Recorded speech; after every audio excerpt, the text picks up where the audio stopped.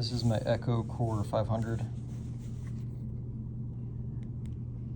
Top button works, clicks, turns it on. Screen works, it cycles between modes.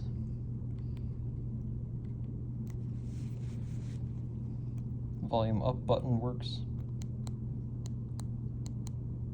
Makes a click noise, which is normal. The volume down button doesn't do anything, doesn't make any noise, it's just soft. If I press the 2 to turn it off, I can't cancel it, but I can confirm it.